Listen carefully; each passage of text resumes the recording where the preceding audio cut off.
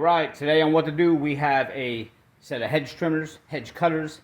They are Red Max in the shop, and the problem that they're having is the blades are not going back and forth. The unit we're going to be working on today, you can see, is a Red Max, and this is the CHTZ2460.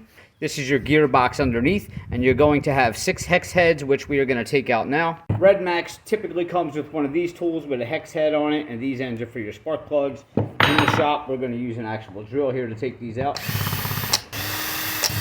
Now that the bolts are loose, you can go ahead and lift this up. Now these might be a little bit tight.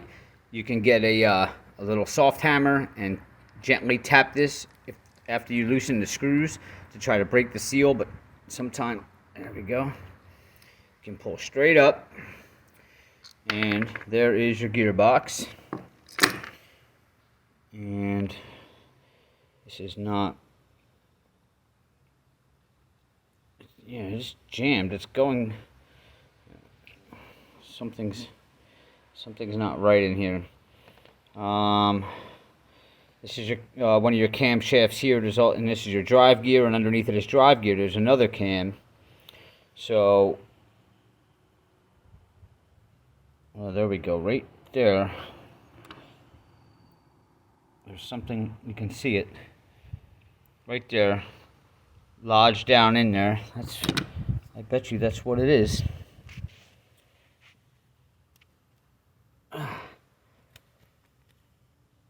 Oh yeah, that's like a stone.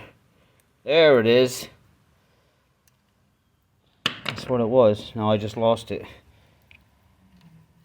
Oh, there it goes. And it's moving now. So typically, while I have this off, let me just explain to you.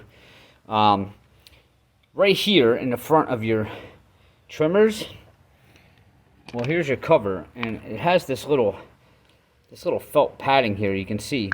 And a lot of times these wear down, and basically you can see that slides over there, but when that wears down, remember, these are going back and forth, so you're actually pulling debris towards you sometimes. So it's very easy. And probably what happened is this was set down on the ground, and when you set it on the ground and you pick it up going forward, they probably had it on gravel and a piece of stone went right in there. That's probably what happened here, and that lodged it up. But luckily I don't see any damage. We're going to look a little farther down there, but you can see if I just move my hand, it's spinning now. So if your blades are not moving, you want to check under here, and this comes apart fairly easy. So these camshafts pull right up, and they're a little bit tricky. All right, see, I got it off of there, and it basically sits on the top of that blade there, and that top one pushes that top blade. See that? Well, actually, we're on the bottom because it's flipped upside down. So that pushes that. Now we can pull this off. Actually, you can pull the whole drive gear up with that one. And then just tilt this upside down. And this bugger doesn't want to come off. There we go, just shake it. All right, and you can expect these. A lot of times, these will break too. You'll get a break in the camshaft, and one of these will be bad. If you can find a junk pair of trimmers, these are really easy to replace. But you can see how it goes back in. See this little racetrack here on the drive gear? Basically, you're just going to set that on there like that. And see this little steel dowel coming up here? That slides right through that hole.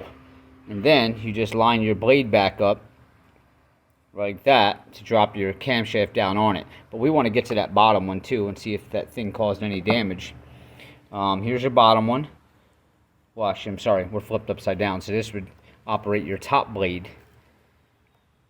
All right, and that is basically on your blade just like this, but on the bottom side. All right, so putting these back on, you just got to line them all up with each other on here, and see that on the bottom of the drive gear? That will drop right into the center of this. You just have to line all the pieces up, slide it right down on there. All right, I'm going to feel around, make sure there's no other stones in here.